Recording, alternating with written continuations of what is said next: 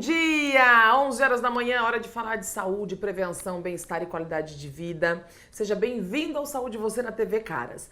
Hoje nós vamos falar de um assunto que eu posso dizer que eu sou doutora no assunto, que é sobre gemelaridade. Eu que sou mãe de gêmeas, trouxe uma convidada muito especial. Doutora Mariana Moreto, seja bem-vinda. Oi, Duda. Obrigada pela oportunidade de estar aqui. É sempre um prazer, doutora, Sim, principalmente que a gente se encontra no consultório para falar da Rafa e da Manu. Doutora Mariana, ela é médica pediatra e ela é pediatra das minhas babies desde a UTI, porque ela é da área de neonatal.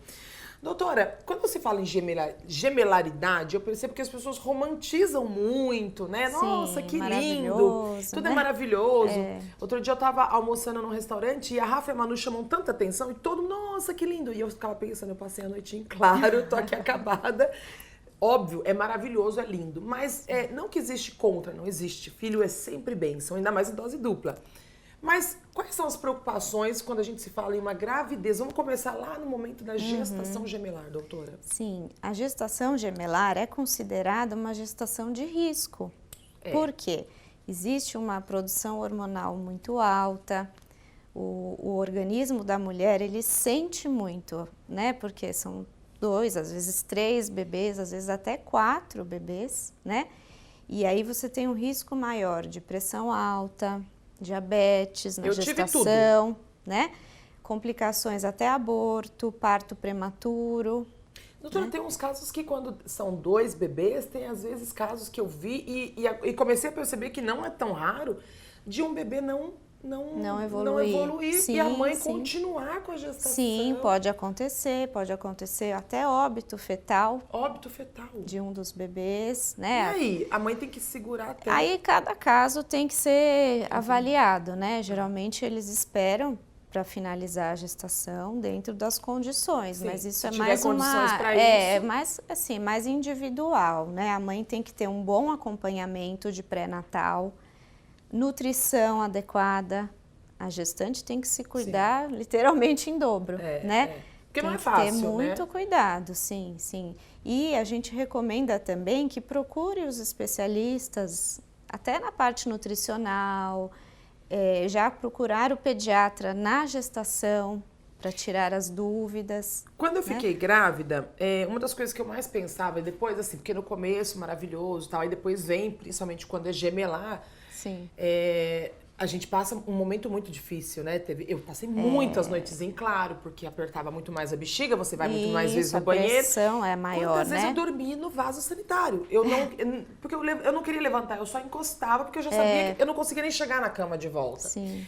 E aí, eu ficava pensando, meu Deus, eu só não vejo a hora de nascer. E aí me falaram, e aconteceu comigo, obviamente que comigo foi até por um motivo maior do Covid, mas que é comum o bebê nascer prematuro. Sim, É sim. comum? É comum, aumenta muito a chance de parto prematuro, justamente pelo volume abdominal maior, né? A capacidade do colo do útero em manter seguro ali a gestação, né? Então, quanto maior até o número de crianças, de feto, menor o tempo que fica, sim. Agora, também tem mães que carregam aos 40 semanas? Tem. Pode chegar.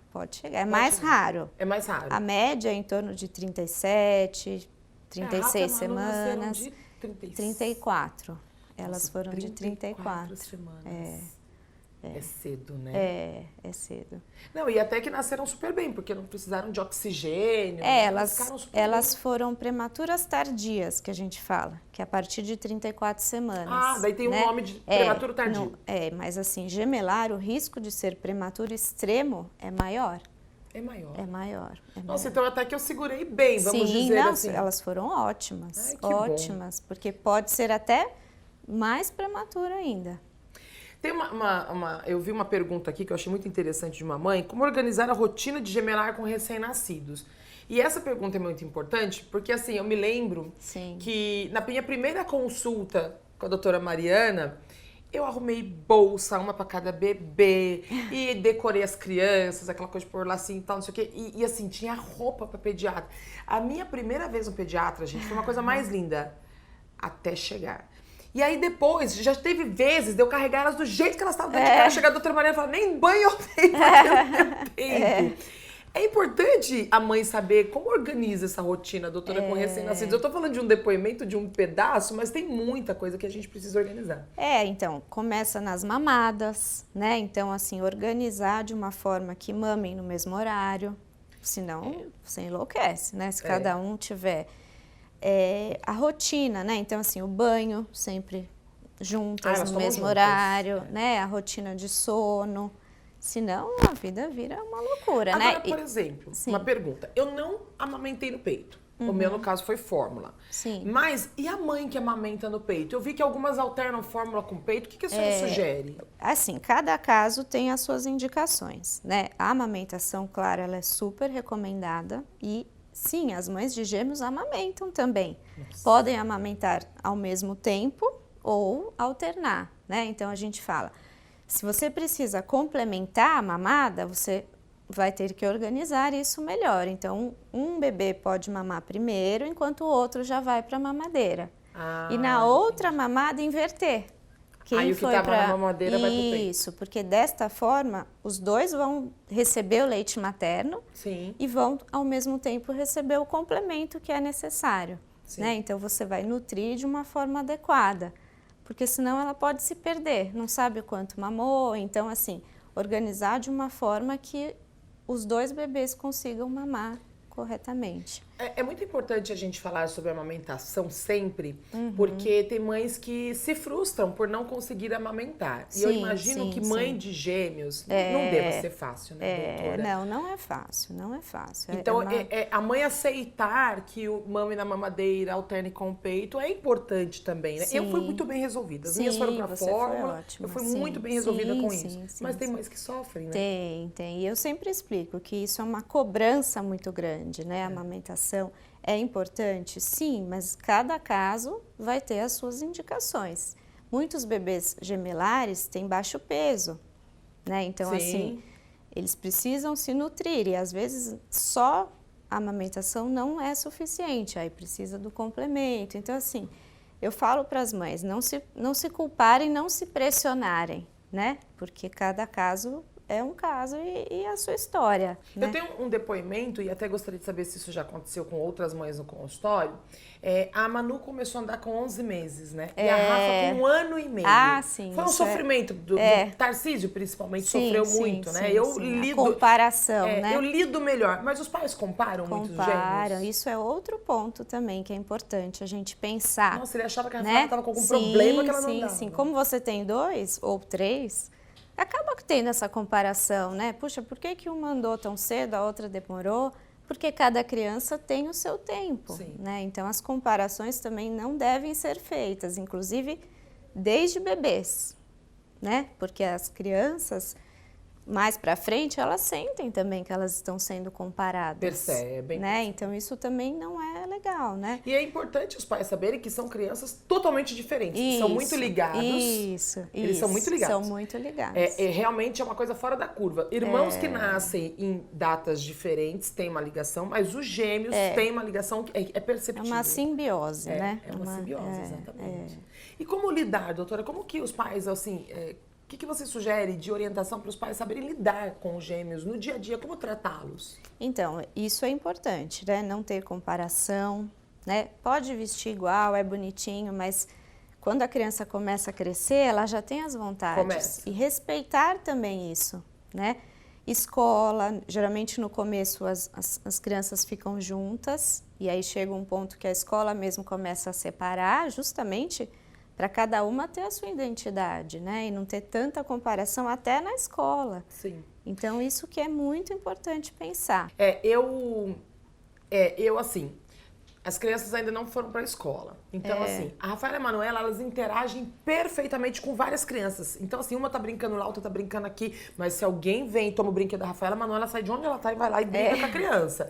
Essa simbiose que a gente tem, essa percepção é impressionante.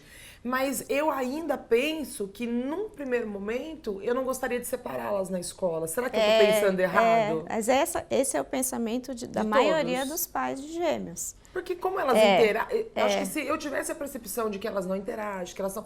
Mas não, elas entram, elas encantam, brincam. Aí eu falei, por que separar? Talvez eu vou causar um sofrimento desnecessário para deixar para separar quando elas entenderem um pouco mais, será? Então, no começo as escolas põem junto mesmo, para a criança se adaptar melhor, justamente porque uma apoia a outra. Exatamente, né? Então não é um pensamento errado. Não, mas chega num momento, por exemplo, começa a primeira série, né? Aí é importante ter a separação, porque para diminuir as comparações também, né? Então a própria escola organiza dessa forma. Tem os gêmeos univitelíneos e tem os bivitelíneos. No caso, a Rafaela e a Manuela são bivitelíneos. Eu acredito que o maior sofrimento dessas comparações é quando é univitelíneo, né? Idêntico. Tem isso também, né? Os idênticos sentem mais, né? A comparação, as brincadeiras, né? Então, é muito importante a família já em casa, já ensinar que isso não existe, que cada um é um, né? Isso é importante, sim. Acontece isso em casa, às vezes eu corrijo muito o Tarcísio e até queria uma opinião da senhora, aproveitando que a gente está falando de gemelar, né? Então vira um depoimento de uma mãe. A Manu, ela é mais troncudinha, ela é mais fortinha. A Manu come o dia inteiro. A Rafa se alimenta super bem. Só que elas, geneticamente, a Manu, ela tem tendência a ser mais fortinha do que a Rafa. A Rafa é mais miudinha. E aí, às vezes o Tarcísio, minha gordinha, e fica brincando. E a gente tem essa mania carinhosa, e fala, vem aqui, minha gordinha, é da mamãe. E aí eu falei pro Tarcísio, eu acho melhor a gente parar com isso, porque quando ela for pra escola, se uma criança chamar ela de gordinha e de repente ela se sentir constrangida, talvez ela não consiga conversar com a gente em casa, que ela vai pensar, meu pai e minha mãe começaram com isso. Os pais têm essa preocupação com a cabeça. Eu penso muito na cabecinha delas, e principalmente na geração de hoje. Desde bebê, né? Não é um pensamento errado, né? Não, a gente tem que tomar cuidado, né? Até, por exemplo, a alimentação. Você tá muito magra, não come. Você tá muito... Isso, a criança vai assimilando, né? Esses adjetivos, essas nomeações, né? Então, é importante, sim, se policiar para não fazer muito isso, né? E quais são, a gente falou dos riscos da gravidez, né, que é muito importante. Hoje eu vejo muitos casos de mães optando, e é importante a gente até falar desses riscos, porque muitas mães optam pela gestação gemelar, como foi o meu caso, né, que fiz o tratamento, fiz a fertilização, e eu fiz a opção de ser mãe de gêmeos. Eu acho que quando a mãe faz essa opção, talvez a cabeça fica mais preparada do que uma notícia de uma gestação gemelar surpresa. Chegou lá na hora e falou, oi, 2? Você percebe que tem esse preparo da mãe também? Sim, a mãe já se prepara e tem que ter aquele acompanhamento com o especialista também, nos casos em que ela não estava preparada, né? Então, explicar os riscos, explicar também as coisas boas, né? As mães têm medo, normalmente, quando descobrem uma gravidez? Elas têm medo, a maioria assusta, né? A maioria assusta? A maioria assusta, Imagina a cabeça do pai e da mãe, né? Gravidez, comemoração, primeiro filho, vai lá fazer o exame. Não, e às vezes não é o primeiro. Às vezes o casal já tem 2 filhos, por exemplo. Aí vem gêmeos. Né? Trigêmeos. Às vezes a mãe precisa de um acompanhamento até psicológico. Precisa, sempre. É sempre importante. Na gestação e depois também. Justamente para lidar, né? E pela prematuridade, né? Que muitos bebês nascem prematuros, então precisa ter todo esse suporte. Doutora, durante um período, a criança, por causa da prematuridade, ela é tratada de uma forma, eu percebi isso nas consultas, que o seu olhar, até um certo momento, era um olhar prematuro. E depois passa essa fase da criança ser prematura, geralmente né? até 2 anos. A gente fica bem alerta no crescimento, né, na alimentação. Isso é importante no desenvolvimento neurológico. Até 2 anos. Assim, a vida toda, né? Mas esses primeiros 2 anos são os mais importantes. Mas a prematuridade, por um período longo da vida, ela pode ainda ser algo que influencie? Sim, por exemplo, os prematuros têm mais risco de ter doenças cardiovasculares, obesidade. Não, as meninas já entram naquela linha de prematuras tardias, né? Tá. Quando a gente fala assim, a gente pensa mais nos extremos, né? Então, a repercussão é a vida toda. É a vida toda. Por isso que é muito importante cuidar da parte nutricional, alimentação, o cuidado também no desenvolvimento neurológico, os estímulos. E o acompanhamento, obviamente, do especialista. Isso, o acompanhamento com os especialistas, com certeza. Bom, Nós estamos falando sobre gemelaridade e, coincidentemente, né, sou mãe de gêmeas, dei um pouco dos meus depoimentos, falei um pouco dos meus pensamentos aqui. Eu acho muito importante a gente compartilhar, trocar experiência, porque não é maravilhoso, mas não é romântico como se imagina ser mãe de gêmeos. Sim. Financeiramente, você percebe que, assim, se você não tiver muito bem estruturado... Nossa, eu já comprei até vasinho sanitário, doutora. 1 ano e 8 meses nós já estamos treinando. E do jeito que elas são espertas, nem já vai estão demorar. sentando no vasinho. Só que a Rafa olha pro vasinho, senta e faz xixi no chão. Eu falei, uma hora ela vai fazer no vasinho.